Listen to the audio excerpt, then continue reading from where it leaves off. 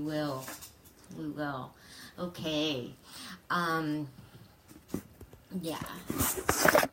And then, yeah, like, let us know, like, sign back on, or, I mean, you know, put messages down or something if you want. But, okay, so it's my birthday. I'm 50. Yeah. Okay, one of the things about this week is, okay, who else's birthday? Okay, who else is it? It's my friend Tom's birthday. It's a busy week, okay? Don't you know lots of people having birthdays this week? Yes, it's crazy. Every single time, yeah. November's like that, though. November... Yeah, but this particular week, you know, I know you learn these things with your birthday because, you know, you wind up, like, every time I've gone out for my birthday, there's, like, other people out celebrating, too, and stuff. Right. And so, yeah, it's great. The only time it sucked was when I invited people to my birthday party, and then they didn't invite me to their birthday party.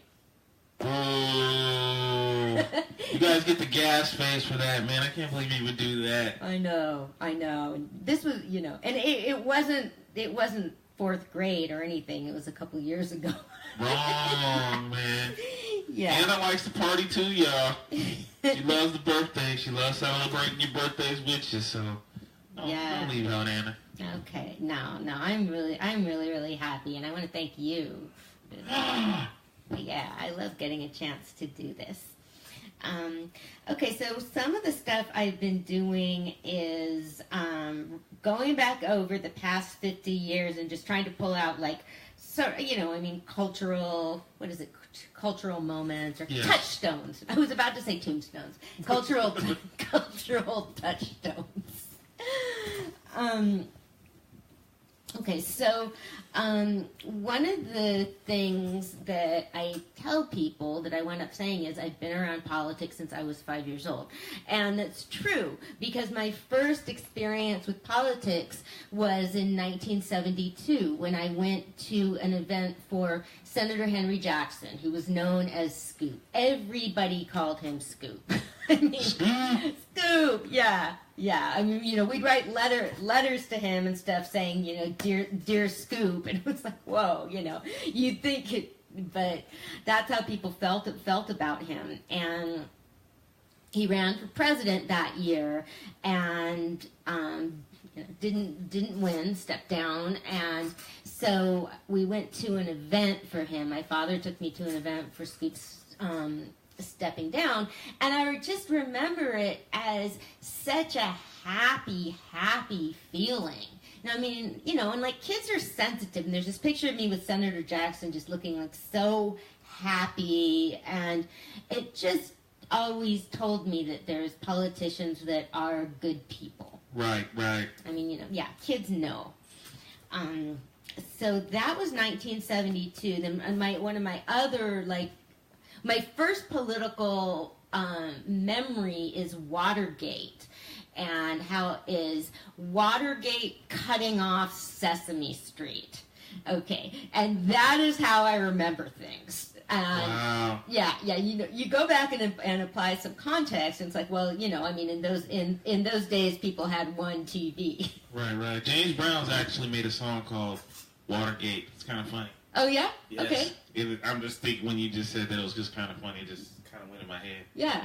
You can have Watergate, but give me my bucks and I'll be straight. You got to hear this it's James Brown. Well, now it's just crazy, you know, because it's one of those things, because we always go back to how things work in popular culture. Now It's like everything gate. Every single scandal is gate. Something gate.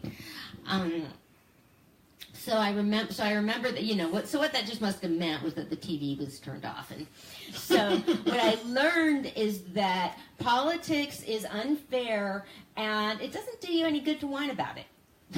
Yeah. Okay, yeah. Whining was not accepted in my house, and I'm glad.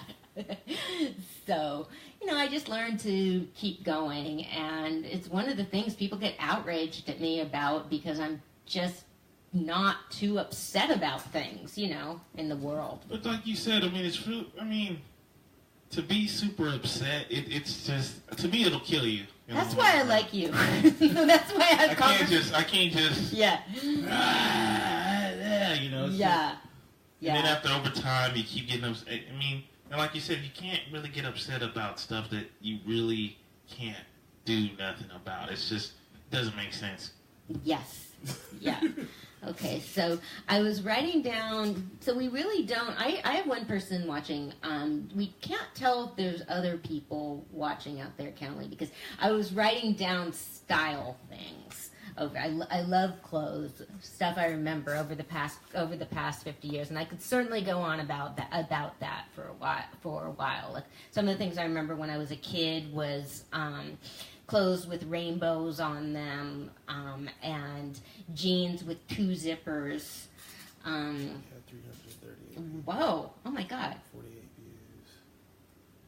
3 comments, 5 shares. Wow. So I'm sure the comments aren't us. Now, I comment on my own. Just so everybody knows, and just Dion, the director, yeah. He has the main hub, so he can kind of see more than we can see. But he made me like a kind of like an admin in there, so I can see him too. Okay. So you couldn't see it if you did it, but I can see it. So yeah, so you're Adam. You're in Amsterdam, right? Okay. So some of the popular music. Okay, this is just like, for me, it's a big deal even to like tell people that it was my birthday, because a lot of time I don't even tell people stuff like that. I'm not shy. I like to talk about stuff. I just don't talk about myself that much. So there's some stuff about me in here, but mostly it's about stuff. So okay, well, I talked about the first operas I went to before. So, oh God, okay. So one of the things I remember is Joan Jett. Oh, the rocker, huh? The rocker. Yeah. And I didn't even like the music at the time. The thing was, I met her like years later. A friend of mine was dating her, and it was drama. But yeah, it is one of those things, because I realized, she's started out when she was like 16 or something. Nice. Yeah. But back then they all started out young, you know what I'm saying? Most of the time that's all that they had to do. They didn't have all the stuff we have now, like computers and stuff. Well, actually, I think there's even more people starting out young now. You think so? Yeah, which I disagree with. I don't know. I guess you could say that, but I think it was more natural back then. Now it's like you could buy like a little music system. You know what I'm saying? Yeah. I don't know too many people. Put it this way, me personally, and I deal with a lot of different musicians. I don't know a lot of people that play an actual. Oh yeah, and that is instrument. An instrument, and so that to speak. Yeah. And back that then, is they learned how to. They really, they really did it. Like now. Now we have YouTube stars. You got YouTube stars. Well, the music I was just playing is from a really good show on TNT called Good Behavior. Ah. One of the most ambivalent. It's really good. I've been playing this music, and it's so uncharacteristic for me, which is great. Yeah, so it said the singer was somebody who'd gone on The Voice, and I kind of remember that was a show, but I've asked like 2 millennials about it today, and they didn't know who it was. Right. So. Told you, see? Yeah. Okay, so wait, there was a connect. Oh, okay, so youngins. But anyway, we have like YouTube stars and all of that. I think it's way too easy. I don't know. I think it's, well, Jesus. The whole, it's so different now so far. It's like that people can like get an image, they get their image out there and then decide what the talent is going to be. Right. Yeah. That's what they do. That is what they do. Think about it. Remember back in the day, like groups like, let's just say like the Temptations. Yeah. Them old groups? Yeah. They spent their time out on the corner, like let's just say out over here near the hub, yeah. Singing. Yeah. Just singing. No, nothing else. They didn't have no special microphone, no things to their voice. So when they sung, they knew how to sing. They can even sing without having an instrument or needing anything to make their voices sound different. Nowadays, they do all kinds of stuff to their voice to make it sound better. Sure. Oh God, I know they can't really sing. However, you know, going back to the fact that that we can have this technology in our own hands to go live, and it's great. I'm really happy about it. So I'm pro technology. Yeah, I love it. I still love it though, but I still the rawness, man. I still love the rawness. Oh man. Yeah. I mean, you was a singer from the gutter and you learned how to do it, and just you know how to sing, but you know how to sing and you know how to use technology at the same time. Oh, it's sad. Yeah, I mean, people that. Well, no, I don't think it's sad. Like you remember what happened to what was that girl's name? She had a sister.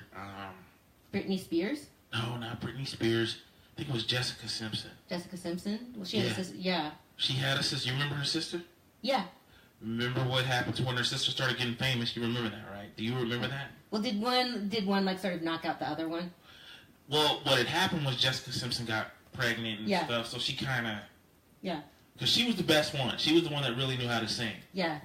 And so her sister came through, and I guess her sister made an album which sounded okay, but I guess they did a show within the touring. Oh, yeah. And they found out she was playing a CD. She wasn't really singing. Oh, and yeah. the CD skipped. Yeah. It kept skipping. Yeah. And ever since then, that was it for her. Yeah. But I'm saying that's an example. She couldn't really sing that great, so they had to had her lip singing the whole time. Yeah, total lip sync, not like just having backing sounds. Okay, but I'm digressing from the history here. Okay. No, that's history. True. That's history. Okay. Oh, okay. So, I was talking today with a kid who's, I asked him, this young guy that works at the animal shelter where I volunteer, and I asked him how old he was on September 11th, and he said that's my birthday. Wow. That's my mom's birthday, but that's wow. Oh, really? Oh, okay. Yeah, 9/11. He was 4 years old on 9/11, and he remembers standing there watching the towers fall. Where did he stay? Was he in New York at the time? I don't think. No, he's in California. Oh, okay, cool. So he wasn't. He saw it, but he didn't have to deal with the craziness of it. Yeah, he saw it the same. But yeah, man, that would be the sort of thing like you just know. Oh my God, what I mean, everybody remembers stuff, but for somebody like that, there is just going to be this edge of like when you're 4 years old, you're not going to understand when your birthday party gets pushed aside. Right. I mean, shit. Here I am complaining about getting Sesame Street interrupted. Right. Another thing about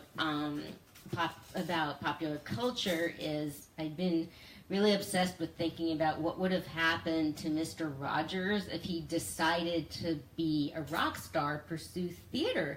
He was because I brought the book on and we talked about it. He played all these different instruments, and the Land of Make Believe, that was all him. That was all him with the puppets. Wow. That is so much talent. That would have been kind of cool though. Yeah. But you know what would have been cool though?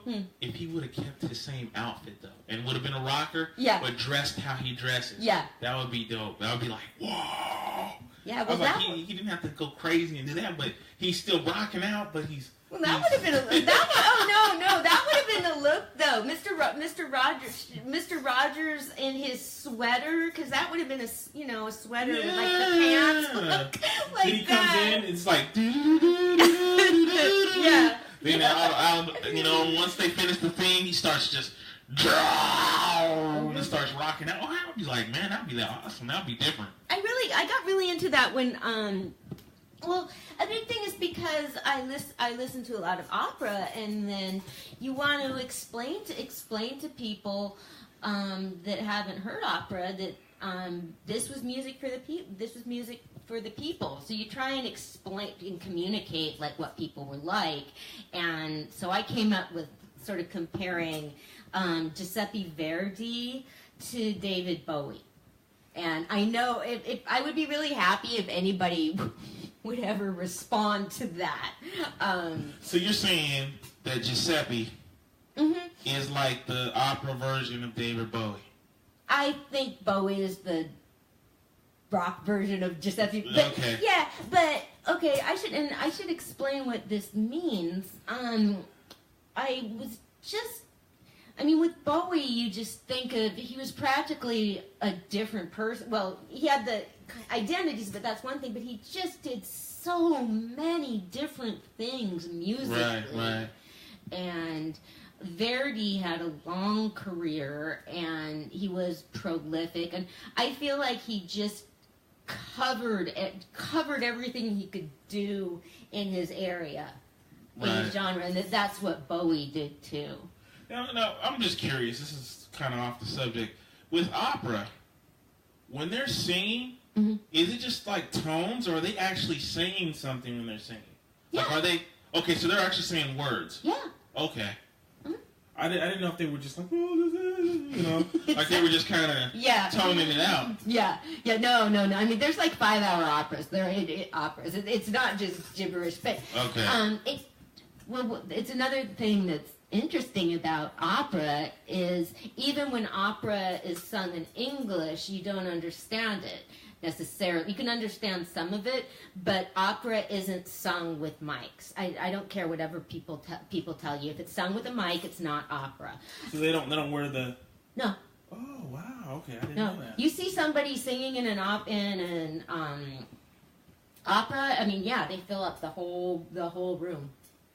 Yeah, hey, I should play some more opera on here. So what she's pretty much saying is you're not legit unless you could really sing without a mic. That means you got to be able to get your voice out there. Yeah, you're not legit opera if you sing with a mic. I don't want to, do your thing.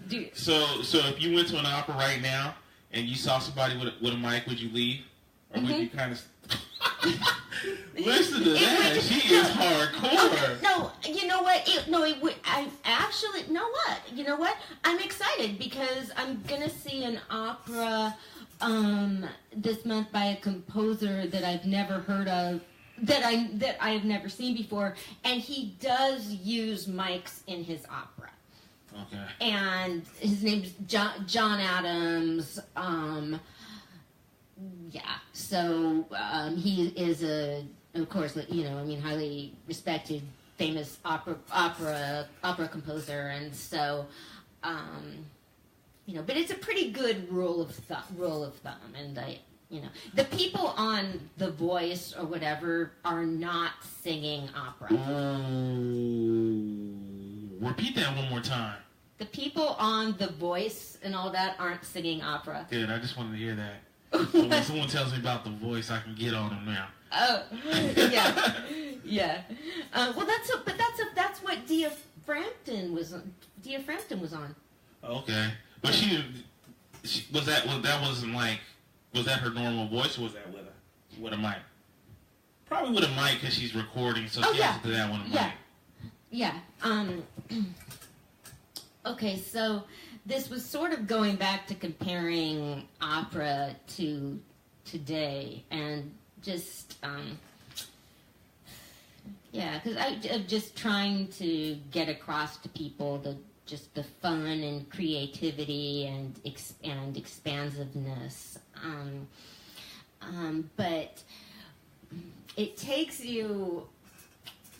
See, this is good. I think maybe on the next one I'll prepare some more stuff about opera, because I could I'll play some if we take another break, and I think you can hear some of the words. I think if you think about it, you can hear that they're words. But it's one of the things that you understand more after a while.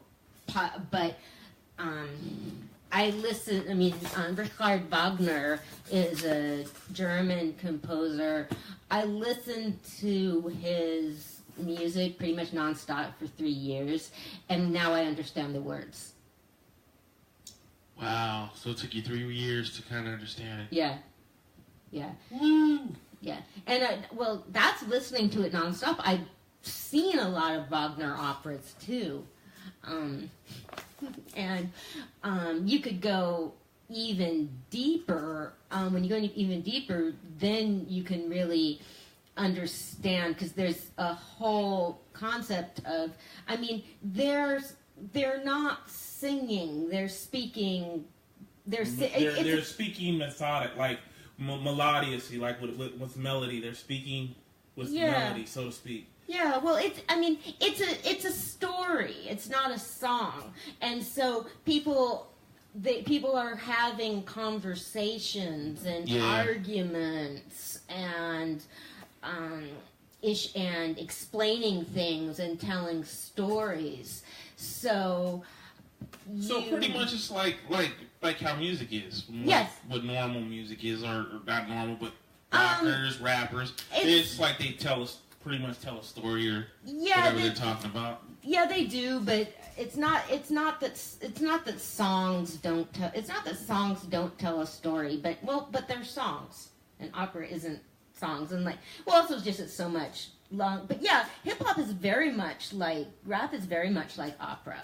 So would you say, like with the same way with rap, is opera the same way with different, I don't know, what do you call them, artists? Are they still considered artists? Is that what you guys call opera? Yeah. So like, do they all have their own little thing? Like this guy, he's like a hardcore opera singer. Like his stuff is like rough, and then you have this one, like he's a love doctor. Yes. Then you have this guy, and he's kind of smooth and totally. Okay. Yeah. Oh my God! With opera singers are so Opera singers are so much fun to gossip about. Opera drama. Oh my God! It's very, very cool. It's just fast. It's just fast. That's really funny. But so there's a name for it, which I'll look up. It's just, I don't know if it's getting across that what they're talking about with the melodies and all that. It's sentences. It's structured like sentences. So they don't do like what a lot of singers that are mainstream do, whereas they pretty much, they give you a story and have a hook. They do. So opera singers have a hook too? Well, no, there's a story. Well, there's a story. But there's no hook, so to speak. What do you mean? Like, you know how when you listen to music, like, okay, let's just say... Well, opera has greatest hits. Opera has greatest hits, definitely. Yeah, but do they have okay, let's just say, let me give you somebody right here. Little Richard. Mm-hmm. His hook to his song is Tutti Frutti. So he'll say a little, Tutti Frutti, then he'll go into, his hook, which is Tutti Frutti, his chorus. Do opera singers have a chorus? Oh, yeah, they have choruses, definitely, but it's there's choruses. Yeah, some operas do. Definitely. Okay. Oh my God, choruses are some of the biggest, are just beautiful. So I could be like, man, I want to hear that song by Giuseppe called The Love Doctor or something. Uh-huh. And then, when he does his opera, he the Love Doctor, the Love Doctor, There's arias, and if you've heard opera, that's the sort of thing that's like an aria will be background music in a lot of films. That's the sort of thing. Okay. That's just one aspect of opera. Mostly with opera, you can't really do that. You can't take the songs out. Gotcha. You kind of, there is, and that's one of, there's opera's greatest hits, and there's things you separate, but it's not the main thing. Well, and for me, it's just, it's the same as, if you really like a musician, you want to get their whole album, you don't want to get their greatest hits. Right. Gotcha.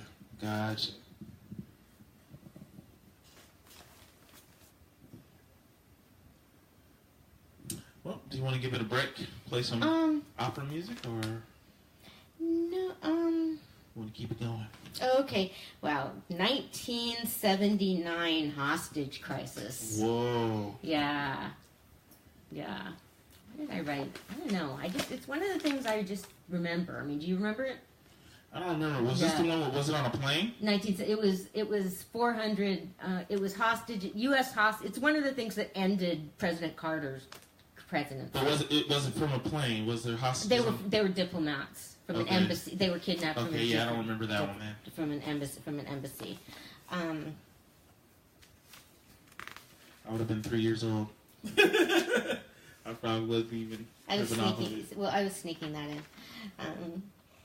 Okay, I have down books, Undercover, and then Johnson Sirleaf. Okay, oh, it's 9:20. Okay, yeah, I'll put some opera on. Yeah. Let's check it out. Mm-hmm.